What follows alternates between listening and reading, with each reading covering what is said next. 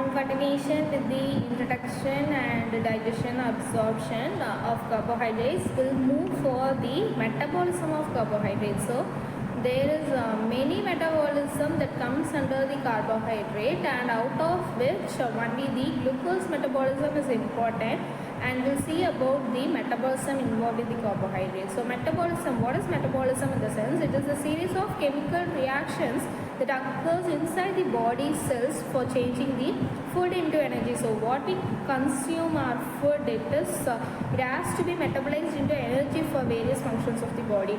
So likewise, glucose metabolism is necessary to provide cells with energy, and which is important for the cell survival and specific cellular functions such as signaling in neural cells and neurons, nerve cells all have to functioning properly for acquiring the energy. And this glucose metabolism, it is the process where we eat carbohydrates and it should be broken down into simple sugars. And simple sugar is nothing but glucose, and which glucose further flows through the blood to the cells.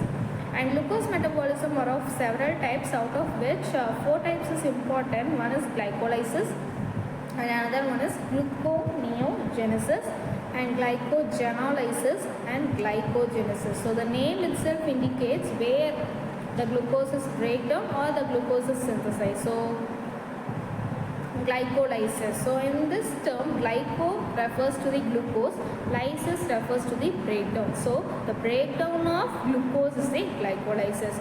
So it is refers to the biochemical pathway by which the glucose breaks down into 2 products. One is pyruvate and another one is lactate.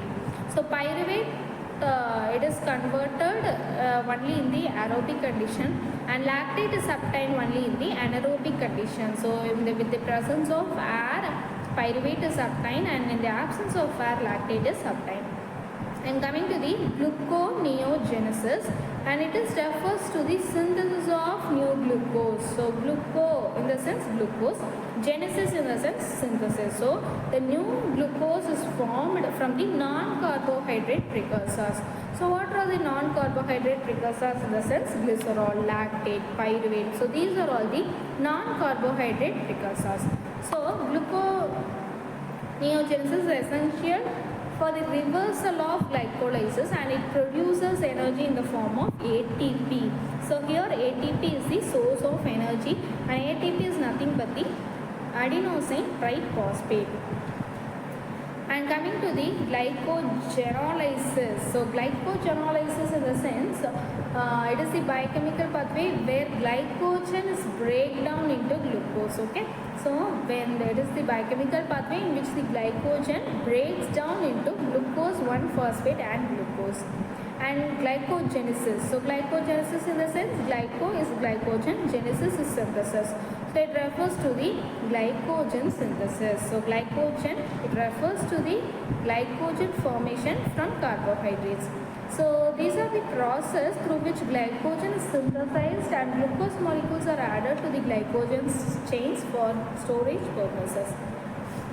And coming to the glycolysis, as I said before, we have seen so far what is the metabolism of carbohydrates, and in that metabolism we have seen the 4 processes: glycolysis, glycogenolysis, gluconeogenesis and glycogenesis. So glycolysis, it refers to the biochemical pathway. As we said before, glucose gets break down into pyruvate and it is produced energy in the form of ATP. So this glycolysis takes place only in the cytoplasmic matrix of any prokaryotic cell or eukaryotic cell. So prokaryotic cell is based on the nucleus. So prokaryotic, it does not contains nucleus in its structure, where eukaryotic cell contains nucleus in its structure. And this glycolysis is also called as EMP pathway, that is Embden-Meyerhof-Parnas pathway. So the scientist who discovered this glycolysis was Gustav Embden, Otto Meyerhof and Jakob Karl Parnas. So you just remember with the Embden-Meyerhof pathway. So glycolysis, it mainly the breakdown of glucose into pyruvate to form the energy in the form of ATP, and this was discovered by the scientist Embden-Meyerhof Parnas pathway. So it is also called as